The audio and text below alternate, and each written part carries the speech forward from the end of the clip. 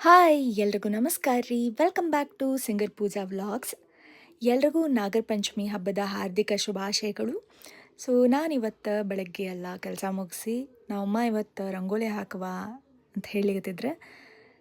ನನಗೆ ಮನಸ್ಸಿನಾಗ ಹೆಂಗೆ ತಿಳಿತಿತ್ತಲ್ಲ ಹಂಗೆ ನಾಗಪ್ಪಂದ ಒಂದು ರಂಗೋಲಿ ಬಿಡಿಸಿದೆ. ಹೆಂಗಾಗೈತಿ ಅಂತ ಹೇಳಿ ಕಮೆಂಟ್ ಮಾಡಿ ಹೇಳ್ರ. ಮತ್ತು ಆಮೇಲೆ ಮೊದಲಿಂದ ನಾ ಹೆಂಗಂದ್ರೆ ಪ್ರತಿ ಸಲ ಸಣ್ಣಾಕಿದ್ದಾಗೂ ಜಾಸ್ತಿ ಹಬ್ಬದ ಟೈಮ್ನಾಗ ನಾನು ರಂಗೋಲಿ ಎಲ್ಲ ತೆಗಿತಿದ್ದೆ.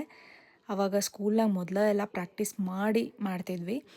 ಆಮೇಲೆ ನಮ್ಮಮ್ಮ ಅಳ್ಳಿಟ್ಟು ಮಾಡ್ಬೇಕಂತ ಹೇಳಿ ಬೆಲ್ಲದ ದಾನ ಎಲ್ಲ ಇಟ್ಟಿದ್ರು. ಅದೆಲ್ಲ ಮುಗಿಸಿ ಎಲ್ಲ ಅಡುಗೆ ಎಲ್ಲ ಮಾಡಿ ದೇವ್ರ ಪೂಜೆ ಎಲ್ಲ ಮಾಡಿದ್ವಿ.